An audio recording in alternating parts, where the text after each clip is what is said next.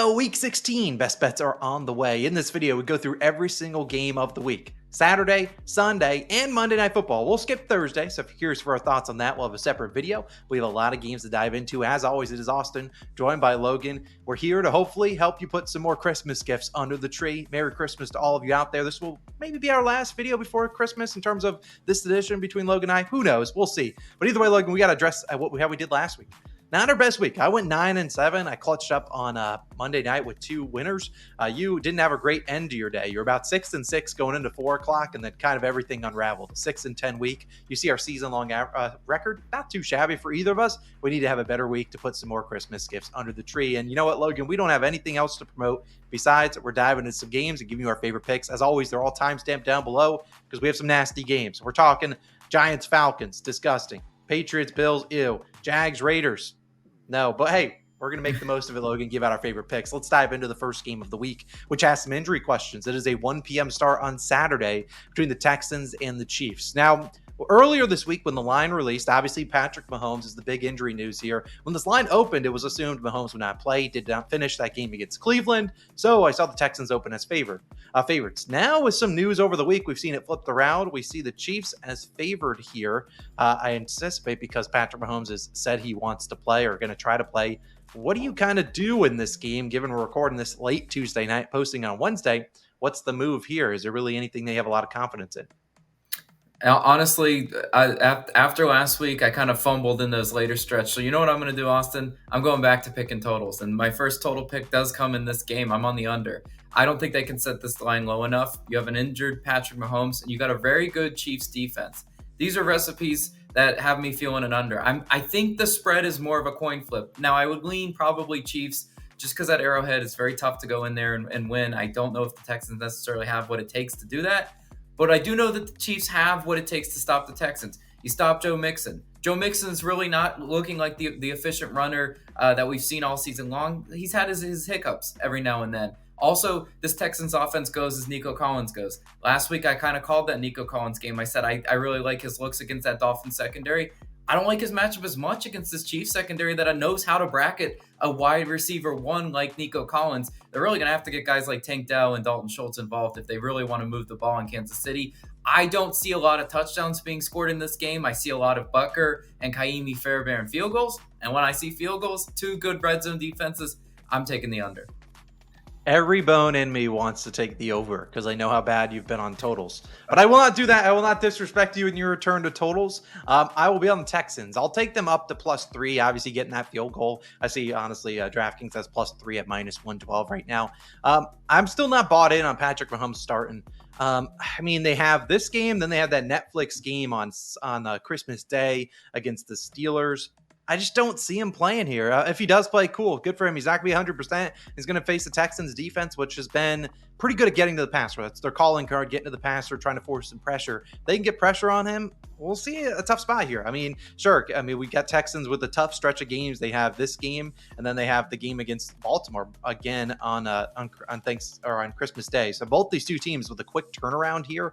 But still, I like the Texans a little bit more. I do agree with you. I think it's a lower scoring game, but I know if I take the under with you, there's literally no chance that one hits. So I will take the Texans +3.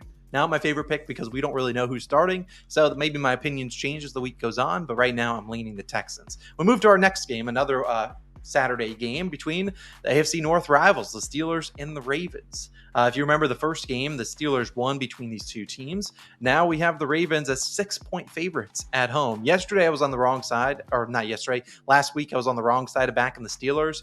I'm jumping back in. I got to go back in on the Steelers +6 here. I think they're coming off that game against the Eagles and didn't look great. That fourth quarter was basically sucked away by one drive by the Eagles. Did you see that drive? Like 21 plays, almost 11 minutes of playtime. That was nuts. But again, I'm kind of like how we talked about just a few weeks ago, Logan. You were on the Jets against the Dolphins. It was a 6-point spread. That just feels like too many points, especially in a divisional game like this. We know the Steelers defense is going to show up. The Ravens coming off, the game against the Giants. What can you take away from that? I don't think much. They've always played the Ravens pretty tight. I think 6 points is a little bit too many. So I'll take the Steelers +6. But Logan, what do you like here? Yeah, I'm fading you right out of the gate. I'll take All right. Baltimore. I'll lay the points with the Ravens in this one. really what it comes down to is I think these two teams are kind of coming in opposite directions into this game. I don't necessarily see the Steelers being able to reverse course and really get it under their offense under kind of what they were doing earlier in the season. What I saw last week, some discouraging signs for sure. If I'm a Steelers backer, I told you I was all over the Eagles last week. That was free as air. Why did I like the Steelers? Well, or why was I fading the Steelers? Because I kind of sensed Najee Harris might have trouble running the ball. He's not an efficient runner, and when he's getting that Steelers offense into those third and longs, that is not where you want Russell Wilson, especially devoid of some talent with Pickens, the type of injury concerns like that. What we know what this Ravens team is, they're on a mission to just kind of make Lamar, put him on that pedestal of, hey, his name needs to at least be into MVP conversation. He can't be in that conversation if they don't win convincingly against Pittsburgh. All of his teammates will be absolutely fired up, and I like a lot what I'm seeing from this Ravens offense. They're getting all those playmakers involved. They're getting deep, explosive plays down the field, and I think that's really how you beat Pittsburgh. You got to take some deep shots. You got to get some Bateman deep shots. You got to still use Mark Andrews, which they did. And again, Pittsburgh already won that game in Pittsburgh. And this is an opportunity for Baltimore to kind of pay it back to their division rival. I like the Steelers, and I know Harbaugh does struggle against Tomlin head-to-head. I know that. Fully understand. But these two teams are not matched evenly right now. The advantage goes to Baltimore. I can't disagree with you. The Steelers are dealing with some injuries. I would love to see Pickens out there, and TJ Watt got injured as well. So obviously some injury news in there for the Steelers. I'm still riding with them. I think it's too many points. But again, Saturday games, you never know when you got a shorter week what's going to go down. Obviously, all four of those teams you just talked about are once again flipping it around quickly on a Wednesday. So that could be even wackier. Now we move on to Sunday's normal slate of action. We begin in the 1 o'clock where we're going to talk about an NFC East battle. We have the Eagles, who have how many straight wins have the Eagles had? Like 9 or something like that against the Commanders. However, we're at a short price, Logan. The Eagles -3.5. You'd think maybe this would be a little bit bigger, but I'm not. I'll let you talk about this one and where your head's at for this big NFC East showdown. Yep, my head is all over the Commanders. I like the Washington plus the points. This is a classic divisional trap game. Eagles already did win against the Commanders. Then this is a repeat of the matchup. So you'd assume, well, maybe Philadelphia has the advantage. That was a weird game. It was a Thursday night game, if I'm not mistaken, right? Correct. So it was a Thursday night game, which you always get wacky sort of outcomes. You get bad, not sharp offense, which is what we saw out of the Commanders that time. This is a Washington team that I definitely think can go blow for blow with Philly. Keep this a field goal type game. Well, who comes out in the end? I don't really know, but I do know Washington is not going to roll over. I know they're going to run the ball with Brian Robinson. That's what they do. They will be able to run on Philly. Unlike Pittsburgh last week, when Najee Harris is getting 1-2 yards a carry, you're no threat offensively. And Philadelphia knew that. They were able to shut down Pittsburgh with ease. They're not going to be able to do that really with Washington because you know what else? Jaden Daniels can run. And he's going to run. He's going to use his legs. He's going to in third and long situations, you can't just sit back. You got to still attack him. You got to still spy him. I think they have a different game plan second time around facing Philadelphia. They make adjustments. I think Washington has a shot to win, but I'll take them with the points. Yeah, I agree with you. If I were to back a spread, it would be the Commanders. However, I'm going to be on the over in this game. I think this is a sneaky high-scoring game where we could see both teams flirt with, 24-plus points each. I think if the Commanders are able to keep this one tight, they're going to have to put up some points because I don't really love the Commanders' defense. I mean, sure, they have looked better over the last, 5 or 6 weeks, but last week we gave up 19 to whatever the heck you call that Saints offense. The week before, again, 19 to the Tennessee Titans. That was a terrible game. And then 34 the week prior to the Dallas Cowboys. So again, I look at these last few weeks. Their defense hasn't looked great. I think they're going to struggle to stop the run. What I really look at, these are two offenses that are really good on third down.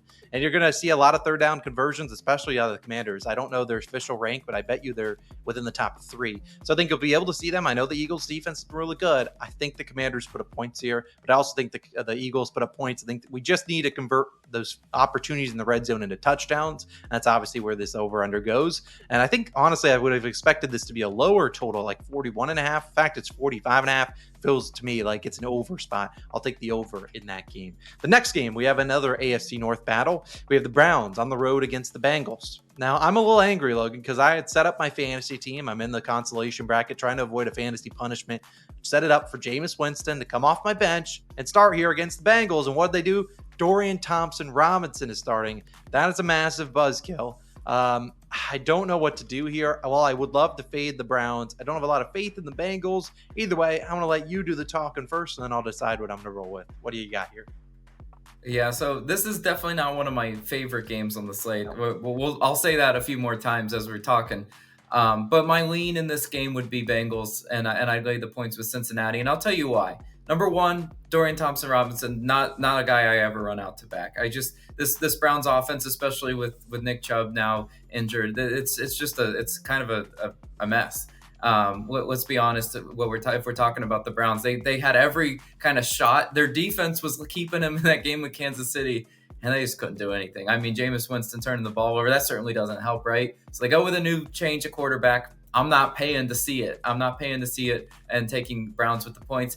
What I also noticed in that Bengals game last week against the Titans, again, you and I both agreed that we thought that was a Titan spot. What we really didn't see is that Joe Burrow kind of came out pissed off. He was kind of on a new level. Yes, it was an incredibly sloppy game for both those teams, but I saw a video. Maybe you've seen the same video of like Joe Burrow saying we should have beat them by, I forget how many points it was, but he wasn't satisfied with that. That sort of attitude is going to carry, to me, a kind of like underachieving Bengals team. It's going to carry them into these games with these big spreads, and I still think they're going to be able to score a lot. And I just have my questions about Cleveland really being able to keep up with them. So with all those question marks, I think I got to take Cincinnati. Yeah, I can't disagree with you. I'm not running out the Browns in any capacity with DTR there. However, I will be fading the Bengals in a capacity. I'm taking their team total under 28.5. I think scoring 30 points on the Browns in a divisional game is tough. Now, do I expect a lot of help from the Browns offense? No, but I also don't expect them to be like having what they were doing with Jameis, where it's like, hey, drop back 50 times and throw it. They might have DTR do that where he drops back a ton, but you better believe he is not going to throw it, knock on wood, into a lot of triple coverage and things like that. He's going to basically be checked down Johnny all game. So I think we see a lot of Jerome Ford, a lot of check downs, moving the clock, a lot of 2 clock drives. They're able to score. I don't expect a lot of big plays.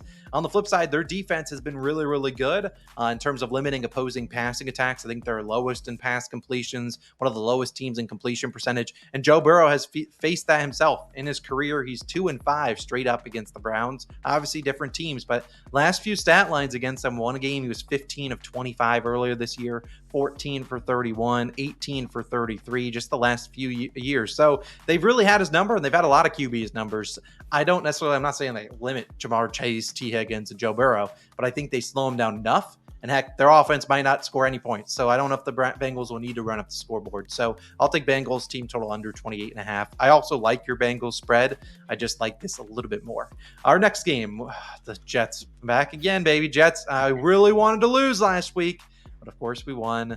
Jets are playing host to the Rams. This has a very similar feel to that Eagles and Commanders game, another 3.5 spread for a road team. My guess, Eagles and Rams moneyline parlay is not paying out this week. Now, I don't know which of the two teams loses, but that is my bold prediction. One of those two teams is losing. Logan, what's your feeling here on my JET? It's Jets. Yeah, this I know right now, looking at this line, you'd want to back the Jets. You know what? Screw it. No, I'm not doing it. Rams minus 3.5. This is just the ultimate. Oh, the Jets got a 1 win. They're roping you back in. No, the Rams are so much better. Their defense is playing better recently. The Jets literally stink. They stink. They beat a terrible Jaguars team that is literally one of the worst teams in the league. I'm taking the Rams. I'm taking them minus 3.5. I made up my mind. I'm fading the Jets. I don't care. I don't love it, but it's cashing. Rams minus 3.5. But Logan, the floor is yours. Yeah, I mean, what we've talked about all year is that Jets look sharp until they aren't, right? Until it just doesn't pay out, and you're like, wow. So with that being said, there's no way I go Jets, but I actually do like the total in this one. I like the over. Now, here's why. Last time we saw the Rams, they were playing in a half monsoon game, in on Thursday Night Football. Thursday Night Football, terrible football product. Again, if they got rid of Thursday night, you wouldn't hear any arguments from me. I love football, but I like good football. That wasn't good football. Not sharp offenses, just terrible. It was defense ruled that game. But I see offense really being able to shine through this game. Let me tell you why. Jets, they had the chemistry that we've been wanting to see with Devontae Adams and Aaron Rodgers is finally there. They are able to move the ball. They're able to get those like explosive turn back the clock Green Bay type plays. Good. I think they put up points against this Rams team because they're a good defense, not a great defense. Rams offense as well. Again, we saw them played a good Niners defense. Of course, they were limited in that capacity. But Cooper Kupp non-factor in his last game. He won't be a non-factor in this game. Kyron Williams, he will get a couple touchdowns at the bare minimum in this game. A ton of touchdowns, not a lot of red zone stops in my future. And when I see that, Austin, that's a recipe for an over. Love the over. I like the over as well. I'm rooting for points there. Next game, we go to the Lions on the road in Chicago to take on the Bears. Truth be told, I got a call yesterday asking if I wanted to try out for the Lions. They're taking calls because they have everyone injured on their team. But it's tough. Hopefully those guys can come back. They're 6.5 favorites here. Man, I'm looking at taking the under here, Logan. I don't think you're going to take an under. I feel like you have a spread here. So I'm going to go look into some numbers while you talk. But what's your feeling in this game? Yeah, you're right. I don't have a play on the total. I actually don't really know what I would do with that number. But as far as the spread goes, look, I see Lions, and I'm going to take the Lions in this one. I took the Bears on that Thanksgiving Day game where they had it, bad clock management, whatever. They were knocking right on the doorstep of taking the Lions deep into that game. They didn't close it out. That being said, this is still a Lions team that's good. I really had a lot of issues with the way their defense played in that Bills game. I mean, they just look so devoid of talent. I know you're gonna have to look at the injury reports, and we're recording this too early in the week. I would like to see if Alex Anzalone would come back because they are supposed to get healthier as the year goes on. This Lions team. Defensively, yes, I have a lot of question marks, but hey, the good news is you got a Bears team that just doesn't do a whole lot of anything right on offense. It's bad. I mean, they cannot get out of their own way. Caleb Williams, like I said, sometimes when you see these rookie quarterbacks, they just panic in the pocket when their first read isn't there. We're kind of seeing a little bit of that with Caleb Williams. We saw that on Monday night. A few times his first read isn't there. He starts spinning around in the pocket. That just doesn't work. Dan Campbell will be able to get those guys playing right. That defensive performance last week, if you're the Lions, was embarrassing. You let a team come in and just drop a 40 burger on your head. You're not going to win games in the NFL like that. Detroit will be better defensively, and I think that they win this game by at least a touchdown. Yeah, I can't disagree with you. Alex Anzalone, I read his injury news. It looks like he will get his 21-day practice window open this week, but they don't think he's playing. They think maybe week 17 or 18. I like the under, but something just feels weird about a 48 total in Chicago. I feel like you go there, and I get the Lions' offense is potent. I'll take the under. I don't love it, but I just haven't seen enough from Jared Goff against them in his career, and 3 starts against them as a member of the Lions. He has had 4 touchdowns, 2 picks in 3 games. Not the best, numbers at all. We've heard about Jared Goff's numbers in the cold, and I have no idea the weather in Chicago, but I imagine in December it's probably not too warm out there. I just will lean the under here. I don't love the Bears offense either, even though the Lions defense, sure, they haven't looked good, but I think they're able to make some stops, get some pressure on Caleb Williams, figure it out. And on the Lions, the side of offense, sure, Jahmyr Gibbs might have a career day because the Bears, don't think they know how to stop the run. But in the red zone, we saw them do it to the Vikings. They were able to shore up some things, force some field goals. I like the under here. It's not my favorite play, but I think the weather. When was the last time Detroit played a game outdoors? Logan, what's your best guess? It feels like the Lions have played every game at Ford Field this year. It's weird. I don't know. Maybe like week 4, week 5, maybe. I don't know. It was week 9 actually in Lambeau Field. That was the last time they played outdoors in a game. They played Houston, Jacksonville, Indiana. Well, Indianapolis and Houston are their only 2 road games, both indoor stadiums. Yeah. So 3 straight home games. I don't know. I like the under there. I think that line's too high, but I might look like an idiot because the Lions could easily hit that over by themselves. Our next game we move to is your Panthers. Logan, you fell into the trap. They hook, line, and sinkered you. They're like, Panthers is the favorite. 34 straight game. No, sunk ya. But now you get them as sneaky underdogs, plus 4.5. I'll be on the Panthers with you, Logan, but I know you're going to bet the Panthers once again. So I'll let you do your spiel, and then I'll talk about why I like them as well. I mean, we talked about it last week. I told you I was still rolling with the Panthers because they've been so nice to me. But I told you I was like, I don't like them as a favorite. I like them in the underdog where I can watch them trail the whole game and then cover. Right? I don't need them to win. Carolina's good. They're just not great at closing out games. That being said, yes, give me Panthers. I gotta back out. It's been this my little Panthers thing has been good for me recently. And I will say, you're going to have to go back. You're going to have to fact check me on this one. But in the Carolina versus Arizona matchup, this is a matchup that goes back. I feel like we play Arizona all the time. And I feel like we've owned Arizona over the last decade or so. Again, it just is a feel. And what I really think about is that one playoff game, the NFC Championship, where Arizona came into Carolina. We absolutely destroyed them. There's been some. It feels a little one-sided between these two teams, but hey, I mean, it could be what it is. I just know this Carolina team faced a buzzsaw of a Dallas defensive front. I mean, they forced Bryce Young into some very, very bad pockets, and when you do that to Bryce Young, it's no mystery. That's why he was struggling earlier in the season, because you moved him out of the pocket, you moved him off his spot. This Arizona defense is not as good as Dallas, up front at least. I still think Carolina is able to kind of have a bounce back game. Defensively, can they stop Kyler? Hopefully they are able to do so. I don't have a ton of faith in Carolina's defense, but that being said, I think our offense gets it going. I think we cover that 4.5. Panthers have won 6 of their last 7 against the Cardinals. Worth noting, did lose the last matchup in 2022, a 26-16 loss. Gave up 16 points in the fourth quarter. Can't be doing that. Couldn't close that one. That was with Baker Mayfield as the starting QB. It's always fun to go back through Panthers' old games because I swear they have a new QB every year. It's always a fun time to know what you're going to get with. Logan, I already said I'm on Panthers with you. I just haven't seen a lot. Now, I will note, I will be betting in some capacity Trey McBride to score a touchdown. That guy has been so unlucky this season in touchdowns. Last week, everyone was on him. He was plus 160. I think Kyler Murray even just said recently that they're going to try their best. They said Trey McBride's going to score a touchdown eventually. I might bet it this week. I might bet it the rest of the season. There's no way we can let a guy that has, what does he have, 87? I'm looking at his numbers right now. He has 89 receptions with no touchdowns. We can't be having that. So crazy. I'm going to probably bet in it. He's going to have to score. That's not my official pick. Maybe he scores here. Maybe he scores in future games. Maybe he scores at home. I don't know. But it feels like this is a Cardinals team coming off a win against New England. They didn't necessarily look great. Just feel like the Patriots looked terrible. I think this is a close game. Like you said, Panthers plus 4.5. I love that one. Next, we move to a disgusting game. New York Giants taking on the Atlanta Falcons. I hate this game. But Falcons -9, over under 41.5. I will be on the first half under.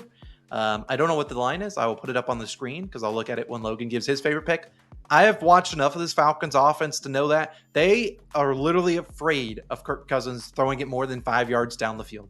They're like, oh God, we can't, Kirk. No, I mean, like Kyle Pitts, I was on his over in longest reception. He never ran a route more than 4 yards down the field. And it was just like check down city. The only deep pass was that game that won for Kirk Cousins against to Drake London. Last week, that Falcons offense on Monday night, they were terrible. They couldn't do anything. They just got lucky that they had like 2 blocked punts. They had an interception that basically gifted them field position. All you do is get 1 first down and you're guaranteed points. And the Raiders stink. On the flip side, the Giants offense, I don't know what the hell they're doing. I'm not too worried about them putting up any points. I'll take the first half under. The numbers on the screen. But Logan, what do you like in this game? Do you want to tell me? I hear what you're saying. I'll just take the full game under. Again, I'm not lucky in halves. If I'm going to be lucky and cash something, it's going to have to be full game or nothing. All the points you said, I definitely see an under. I'm not laying the 9 with the Falcons. I don't care how disrespectfully bad the Giants are, because they are really bad. We cannot sugarcoat that at all. But you said all the points. I mean, we watched this Falcons offense. They really aren't trying the explosive plays. Maybe they try it this week. I don't know, but that would definitely break tendency. And on the other side, the Giants, they don't have no offensive identity. I mean, they get into third. They start in 3rd and 10. It's crazy. It's the craziest thing you've ever watched. But yeah, they might as well just punt on first down. Yeah, give me the under. Disgusting game. Yeah, I looked at first half under. I'm seeing 22.5, so I will be taking that. Like -130 on BetMGM. Yeah, count me in. Yeah, no. I don't know what the Giants are doing. On flip side, we're 25 minutes. Well, where do you want Shedeur Sanders to go to, Logan? Because it seems like he's going to be the consensus number one pick. Do you think a better situation is the Giants? Do you think it's the Raiders? Does it depend on the head coach? What do you kind of feel? Mid-show Yeah, break. I think, well, number one, I think it depends a lot on the head coach because, I think his situation could be a little bit better in Vegas, just given that they don't seem like a toxic organization trying to get rid of guys. Because, the Giants get rid of Saquon Barkley and get laughed at. I mean, it's just that's not the type of winning culture you want. Shedeur Sanders is obviously a talented, young guy. He's flirted with the idea, it seems, of going to the Raiders. He probably embraced that. I think the Raiders could use a fun, electric guy like that in that thing. I definitely, if you pair him with Brock Bowers, a good tight end like that is a rookie quarterback's favorite, weapon. I think you go very well with Brock Bowers. They need to get a few pieces around him. A few veteran wide receivers would be nice. But I would like Sanders in Vegas. Yeah, I kind of lean Vegas with you. I just feel like the Giants are cursed. I also feel like their fans won't have any patience. Well, they'll expect Daniel Jones sucked. Let's expect this guy to be the best next coming of whatever, Eli Manning. I mean, Eli wasn't even, that great until later on in his career, like right out the gates. But again, I feel like Shedeur to the Vegas feels right. That feels right. Brock Bowers, obviously. I mean, you could argue Giants have Malik Neighbors. That would obviously be a dynamic connection. I saw them throwing the ball around, right? Before the Heisman Trophy ceremony, Malik and Shedeur Sanders. So that's interesting. But either way, that's an interesting. We'll see. We obviously have a few more weeks before we figure out who the number one or overall pick is drafting. It's going to be interesting. But hey, let's dive back into the games. Let's get more locked in. We needed a break. Now we dive into Titans and Colts, everyone's favorite matchup. You probably skipped forward to this one. Titans are 3.5-point dogs. They just benched Will Levis for Mason Rudolph. Figures Will Levis, I don't know what the heck he was doing. Over under 42.5. The Colts are coming off a game where everything was going right. They were looking like they were going to actually have a chance at winning against the Broncos. Jonathan Taylor going in for a touchdown. Drops it. I know Logan's pretty happy about that. And then I think the Broncos rolled off 24 straight points. So Logan, what are you doing in this game? Yeah, I'm on the Colts, and I actually love them in this spot. Again, I liked them a lot last week. I'll be lying to you. They were probably one of my top 2 or 3 favorite type plays. I was sitting watching that game, feeling good about where the Colts were. They jumped out to a good lead. They said, hey, we're here to play. And then just inexcusable, boneheaded play from Jonathan Taylor. Really, that flipped the whole game upside down. Because then the Colts, they panicked a little bit. Their defense didn't get any more stops. And then you try a cutesy-wootsy throwback, and that results in a pick six. That doesn't work. That's simply, you can't have stupid, I almost cursed, stupid stuff like that. And that's what the Colts did. They did everything they could in that game to lose. And of course, that's what happened. Now returning back home, you can refocus a little bit against a bad Titans team. They just let Joe Burrow and the Bengals run all over them. Could not stop the run. It was crazy. They knew the Bengals were trying to run the ball with Chase Brown to end that game. Couldn't stop it. They loaded up the box. Could not stop the run. I would be very surprised if Jonathan Taylor, with the media chirping him, everybody chirping him, fantasy football players like me who lost because of him, chirping him, right? I would be very surprised if he doesn't run with a little bit of anger. Anthony Richardson, every now and then he has those just boneheaded plays, but that's okay. I still think he can use his legs against this Titans team. That's too dynamic. I don't see Mason Rudolph really being able to keep up with them. Yeah, I can't disagree with any points you just brought up, but I will be on the first half under here once again at 22.5. I don't take a lot of these, but they've been pretty good to me. I think the Titans defense is better than what they showed last week. I really like Jeffrey Simmons right in the middle. That guy is literally a beast, and he was the only one that I felt like showed up for the Titans last week, and he obviously can't stop Jamar Chase and T. Higgins. He tried his best. He was in there breaking and getting into the middle of the backfield, but nope, can't do anything when everyone's wide open. I just have no faith in Anthony Richardson continuously leading drives down the field. And similarly, heck, they could score 21 points on the Colts. I don't have a lot of faith in Mason Rudolph in that offense either. The Colts defense, it's been up and down recently. I'm not going to come out here and say they've been an elite unit. Obviously, last week they were looking decent. Forced Bo Nix into a bunch of mistakes. What did he throw? 3 picks? I was on his under in interceptions. That should have been a good look. I just don't think we're going to see that many turnovers, which led to a lot of points in that game. 5 interceptions and that Jonathan Taylor fumble. So I like a lower scoring game here. 42.5 is the full game. I don't have any luck on full game totals. My one in the Vikings and Bears game nearly lost on some complete garbage. I'll take the first half under 22.5. Our next game, I believe we move to the 4 o'clock, Logan. And we have a big game here. Vikings taking on the Seahawks. Now, I know you have some revenge for the Seahawks on your mind, as the Seahawks were one of your picks on Sunday Night Football. I faded you when the Packers might have been easiest bet of the week. But however, this feels like an interesting spot here for the Seahawks. Now, I would like to put this out there. If Sam Howell starts, I'm all in on Vikings. However, I'm not sure. Is he going to start or not? Is it going to be Geno Smith? I've seen enough Sam Howell to know that man stinks. Again, I'll roll with the Vikings here. I really like it a lot more if Sam Howell is starting. If Sam Howell starts, this might be my favorite play of the week, but I imagine this spread moves more than 3.5. The Vikings are just rolling. They're an offense that can get pressure on Geno Smith or Sam Howell. If it's Sam Howell, he's going to throw a pick or two. And I just think the Vikings are rolling. They know they're on the Detroit Lions' heels. Got to keep things moving. I just think their offense is able to put up enough points. Sam Darnold just has to avoid some mistakes. On this, an easy win for the Vikings. Give me a -3.5. Feels a little bit of a trap. Might be square. I don't care. I'll take the -3.5. But Logan, what do you like? Yeah, I don't care if it's square either. I'm on the Vikings, and I simply won't try to get fake sharp with the Seahawks. Again, you can call last week fake sharp. I went 6-10, terrible week. I was fake sharp on a lot of those plays, and just going kind of against the grain. Going against the grain would be picking the Seahawks in this one.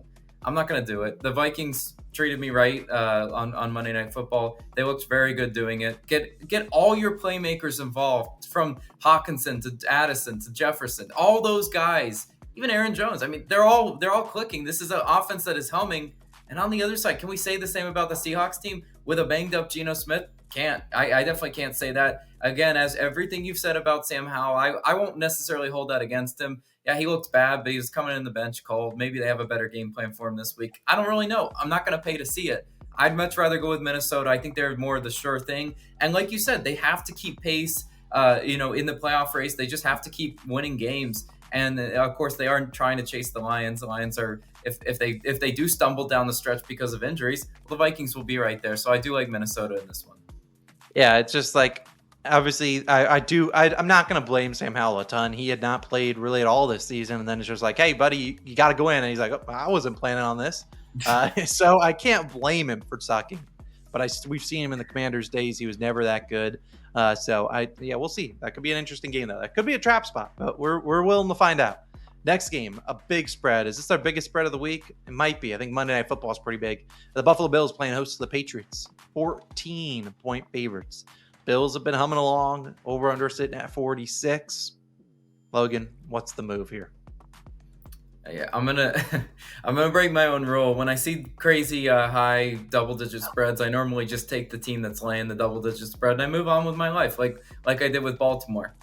That being said, I don't know that this Patriots team's necessarily going to roll over. I just don't see it coming. I think they're going to play a little bit scrappy. I think they're going to provide a lot more resistance than the Bills are accustomed to. And I'll take New England plus the points in this one. And again, out of confidence, how do I think New England stacks up? Maybe a 5 out of 10. We'll say about 50% chance that I think they cover this one. That being said, though, you got all sorts of backdoor potentials. You have the Bills being up 17 or so. Let their foot off the gas a little bit, unlike they did last week. That was the craziest thing about what the Bills did last week. Again, I was dead wrong on that Lions-Bills game. Fully own it, hand up. But they really just kept throwing the ball. They were abusing that Lions secondary later in that game. Could we see them maybe let their foot off the gas a little bit, run the ball, maybe just play possession more than they did last week? I think they definitely could do that. Last week, they were looking to make a statement against a big-time opponent, obviously this one being a divisional game, against a lesser opponent. I could see Buffalo overlooking them a little bit. New England, not that bad of a team. Drake May, obviously, he's okay. He is what he is at this point. I still think that the Patriots are going to just roll over, though. I hate that I'm on the same side with you because, man, we could both look like bozos here. But I agree with you. I feel like that was a big statement game. Coming off a loss, obviously you want to make a statement. Coming back home, Drake May's always been compared a little bit to Josh Allen. It feels like a game that maybe he steps up in. He didn't play terrible last week, 19 of 23. Complete his passes, did throw a pick. I'll take them. It's not my favorite one, but it feels like a spot they wake up in. I mean, Josh Allen doesn't have the best success rate against the Bills or against the Patriots. Problem is that was Bill Belichick, and I honestly don't have a lot of faith in Gerard Mayo in this team. But I feel like divisional game, you don't want to get smoked. And you're right, there's some backdoor potential in there where I just don't know if they're running up the score, just unless they want to pad, Josh Allen's stats. But I don't know if they'll risk injury there. So I'll take the Patriots with you. I really don't like it, but there's some backdoor potential unless they're down 30. In which case, if that's the case, come back to the video and let us know that we're idiots. Hey man, we'll roll with it. They together. will. They trust. Yeah, they sure will they'll let us count. know. Okay, these both bozos picked the Patriots plus 14. They're down 31, going in the fourth. Back doors open, baby. Back doors open. Come on. Next game, we have a pick 'em. Miami Dolphins are playing host to the San Francisco 49ers. Over understand at 44.5. This game feels like two teams that are grasping at straws, trying to make the playoffs. I don't know if either. I know the Niners are basically almost dead. I don't know the Dolphins' chances. I will look it up while you talk. But what is the what are you feeling on this game in this pick'em? The move is San Francisco money line. I'm just not. Never there with the Dolphins. I think McDaniels is. I think he's a bozo head coach. I don't really know what they're doing. Again, that game in Houston to me for Miami was going to be a prove it. I said last week when I faded the Dolphins, I said, until you really show me that you belong and that you're a contender and trying to make some noise in the playoffs, I'm not picking you. And once again, they kind of wet the bed. That was a game that I think was very winnable for them. They just did not make the plays down the stretch. What do you know? I mean, I can't say I'm surprised at all. What I do know about the Niners is they're still well coached. Shanahan's still a great coach. They still have a lot of defensive talent. Offensive side of the football, it leaves a lot to be desired. I'd like to see them use, Juwan Jennings a lot more. Use Kittle as needed. Garendo, he's a fine running back. It's a system type running back by committee. It's just next man up. Doesn't really concern me all that much. I like San Francisco. There's absolutely no way I'm ever coming on this program and taking Dolphins until I just see something way outside of what I've seen this year. So give me Niners. Yeah, I'm going to be on the Niners team total over here. I think they're able, coming off that rain game, just like we talked with the Rams, that was just a disaster class of a game. But I think that they'll be able to figure things out on offense, be able to put up some points. I'm seeing 20.5. I'll lay a little bit of juice to get that 21 number. I agree with you. I would believe the Niners too. This is a Dolphins offense that they just refuse to throw it more than 5 yards down the field. And this is a 49ers defense that is good at rallying to the ball. They'll be without the Devondre Campbell, which is a tough one. I mean, what are you supposed to do when a guy quits on you mid-game? That feels like a slap in the face for a lot of their teams. So I feel like they wake up here, the defense shows up, but I mostly like the offense to score too. They obviously are coming off that game last week in the monsoon, couldn't really get much going. I think they are a little bit more efficient here. And this is the Dolphins defense we've seen give up some points. The Texans didn't play well in offense. Joe Mixon had like 10 yards rushing. They still give up some points there. I think the 49ers are able to punch in some touchdowns. And given that they're kind of eliminated from the playoffs, if it's like 4th and 2 or 4th and 3 in the red zone, I bet you they go for it because they just don't care at this point. So I do like this team total over for the 49ers. I also like Logan's pick with the 49ers on the money line. Next game, worst game of the week. Jaguars taking on the Raiders. This is a battle for the number 1 overall pick. I'd argue every team that, if you're a fan of either of these two teams, you want your team to lose. And with that being said, I will be on the under in this game. I know the Jaguars just gave up a ton of points, but I have watched enough of this Raiders team to know that even if Aiden O'Connell returns, I'm not bought in on him. I know these two defenses are very suspect in their own regard, but I liked what I kind of saw out of that Raiders offense or defense last week against the Falcons, and I feel like they're going to see a very similar offense from Mac Jones and the Jaguars, one that just you see a lot of dump downs. I'll take the under. It's I'm not betting on a spread or money line. I'm not doing it. Maybe Logan will, but I'll be on the under in this game. But Logan, what do you like? You got a coin. I'll go ahead and flip it. Decide my pick. No, but really, I cannot in good faith try to pick a total in this one. Truly don't know what's going to happen because with bad football, sometimes you get bad defense, right? We've seen that plenty. Sure. I've seen that plenty with the Jags. So I see your angle. Can't quite get there.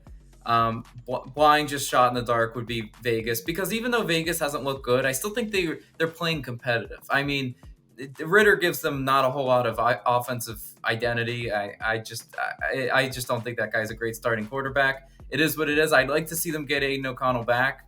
I have no idea when we're recording this who's going to be the starter. Again, that's why if you're watching this, take my analysis with a grain of salt in case you couldn't tell. Don't know who's starting at quarterback. I question a few of their offensive identities. What I do know is that Vegas would be smart to feed Brock Bowers to football. Just do that. Maybe you get a couple Mac Jones boneheaded turnovers, because that's exactly what they got last week. I mean, you got a game-winning potential drive or game-tying potential drive. What do you go down and throw a pick? Come on, man. Terrible read, too, from Mac Jones. So all that being said, I think Vegas is the side I'd want to be on. But again, 3 out of 10 confidence level. Yeah, let's move on. Let's move to Sunday Night Football between the Buccaneers and the Cowboys. Buccaneers coming off, both teams coming off big wins. Bucks blew out the Chargers, and then obviously the Cowboys blew out the Panthers. Now I see the Cowboys back at home, catching 4 points though, +4 for the Cowboys at home, over under 48. I kind of have a prop I like in this game. We don't have obviously props, so I won't give one out, but I kind of like Cooper Rush over in pass attempts here. But Logan, what do you feel like doing here? I feel like the 4 is a little bit of a trap, but Sunday Night Football, what's the move here? Yeah, the move is Cowboys +4. I was wrong in fading the Bucs last week. They just had a game plan against that Chargers defense, and I'll be honest, I didn't recognize that Chargers defense. They look terrible. It would be 3rd and long, and they would give up a 25-yard pass right down the seam. It was kind of crazy. I was like, this isn't the Chargers defense I know. So they obviously had a good game plan for Los Angeles, but that this Dallas team is a completely different matchup than what they saw last week. Because this Dallas team, they absolutely are still talented up front. Defensive line, they are able to probably put Baker Mayfield under a little bit of duress. And I think that's going to be the difference. Cooper Rush, what I saw in that Carolina game, because you guys know I'm a Panthers fan. He's dropping dimes. I was like, what the heck is that? I mean, he's played in this offense long enough. Like, damn, you should know how to operate in it, right? Dropping dimes to CeeDee Lamb, getting Dowdle involved. All those guys kind of clicking.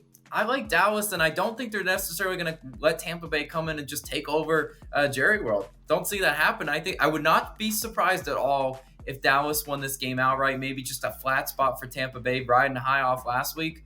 But I do like Dallas plus the points. I like it with you. I'll be on the Bucs team total under 27.5. For a lot of the points that you brought up, this is a talented Cowboys defense. Sure, we're down Trevon Diggs. He's now out for the season, it appears. But I'm still liking what I'm seeing out of Micah Parsons getting to the passer. We've seen Baker, when he gets under duress, if he is not able to make something where he's able to scramble and run away, he's throwing into double coverage or throwing some boneheaded plays. We could see some mistakes like that, or just see some field goals here. And we think about what this Cowboys offense is doing. They're running the football. Now, I don't think this is a great spot to run the football. Normally, teams can't run on the Bucs a lot. The Chargers found that out the hard way last week. 11 carries for 32 yards. So I expect maybe Cooper Rush to have to sling it a little bit more, which is why I like his over in pass attempts. But I think this is if the Cowboys are able to score, it's not really a lot of quick strikes. It's more run it on first down. If we get any yards, we run it again. They're kind of chewing clock. And I think that bodes well into my team total under for the Bucs. I might make that an official pick. I really like to fade the Bucs here. Come off a week where they dropped 40. Nothing could go wrong. Baker's throwing 4 touchdowns. Mike Evans have a big day. I think this is a slower spot for him. So give me the Bucs, team total under 27.5. And then finally, look, we wrap up the week with a big game on Monday Night Football. I don't even want to make a video for this one, but I will. Saints at Packers, 13.5 point spread. The Jake Hayner experience lasted 10 pass attempts as he got yanked for Spencer Rattler. Kind of screwed both of us. We were on Commanders -7.5. I know people are pissed at them holding the clock at the end of the game. There's all this and that and this and that. I don't know what we're going to do with that. But either way, Logan, what are you doing with a 13.5 point spread in this game? Yeah, I'm not. What I'm not comfortable doing is I'm not comfortable laying it with the Packers.